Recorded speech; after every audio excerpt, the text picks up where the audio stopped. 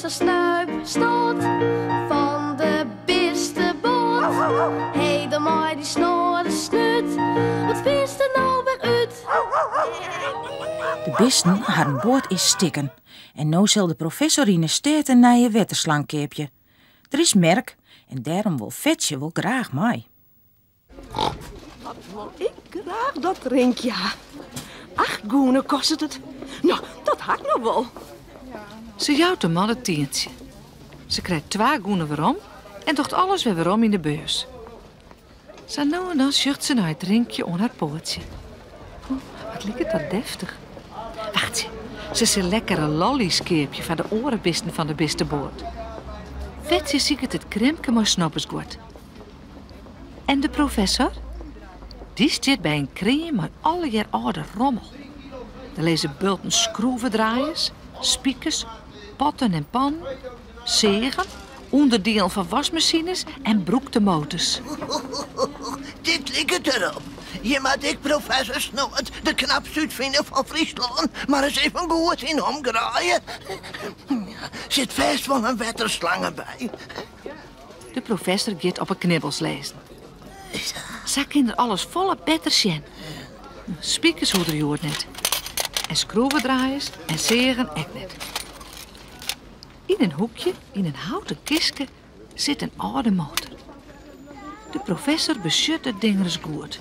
Oh, mooi spul nog. Er zit ik een wetterslang aan. Oh ja, nou dan kan die krek mooi broeken. Zou de motor het ook nog doen? Het is schande dat zo'n beste motor hier samen in dozen luidt.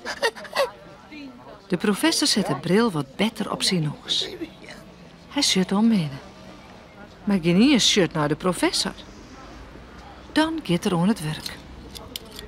Alle moerkes en boutjes helpt er uit de motor en laat ze op de grond. Krijgt wat er al dacht hier. De professor prutst verder. Hij viert heel al de tijd. Vetje had voor alle bisten van de bistenboord een lekkere lolly gekocht. Maar een Mickey Mouse gezicht erop. De beurs is nog heel dal leeg. Ze gaat naar het patatint zitten. De professor is er net. Ze wacht het. En wacht het. Maar de professor komt net. Bloed de professor nou.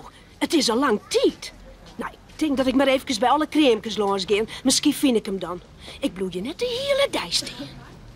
Vetje stapt door de merk en zucht goed om haar heen. De professor is net bij de blommen en ik net bij de crème maar snoppersgoed of het brettersgoed.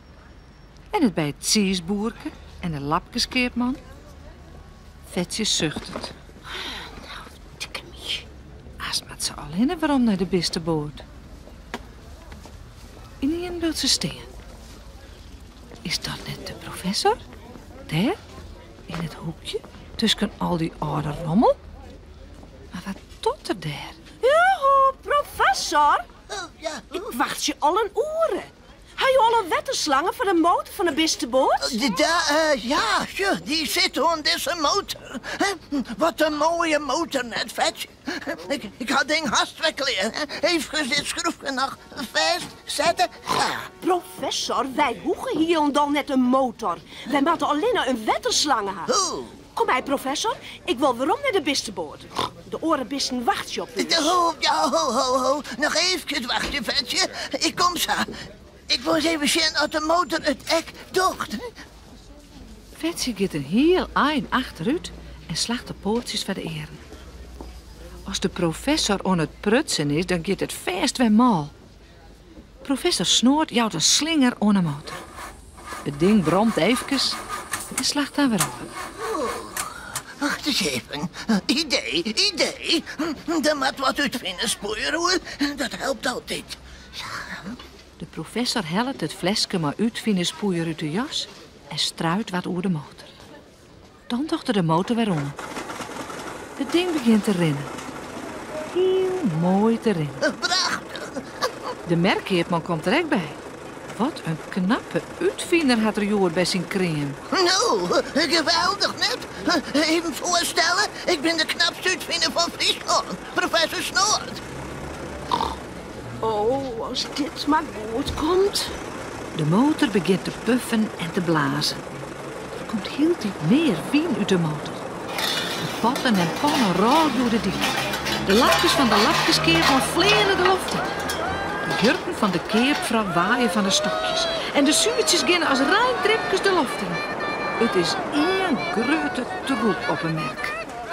De professor beziekert de motor uit te krijgen, maar het wil niet. In de verte komt een politieauto omzetten, maar de sirene om. Vetje zit benauwd om haar heen. Haast wordt de professor nog oppakt. Ze scoort de professor onder de arm en loopt hem achter het viskrem. Hé, wat zou dit? Elke een is drok draande maar zijn eigen god. Geen één zucht naar de professor. Kou, je wijt, professor. Oh ja, Vetje, er is wel wat mis. Te volle uitvinderspoor, denk ik. Het is zo weer uitwerken, ja. Dan is alles weggewoond. De bisten van de bistenboord binnen blied maar de lekkere lolly van Vetje. De professor vertelt maar niet hoe zijn avontuur op een merk. Morgen moet hij maar weer op ziek naar een wetterslang. Als Vetje de kranten iepen docht, zucht ze een grote foto van een merk, maar al je dingen die door de loft vliegen. Stwarm op een merk, staat eronder. Ze zucht naar eens goed. Binnen dat er heel onderaan op een foto net een knie en een baard. Ze teert de kranten maar gauw weer dicht.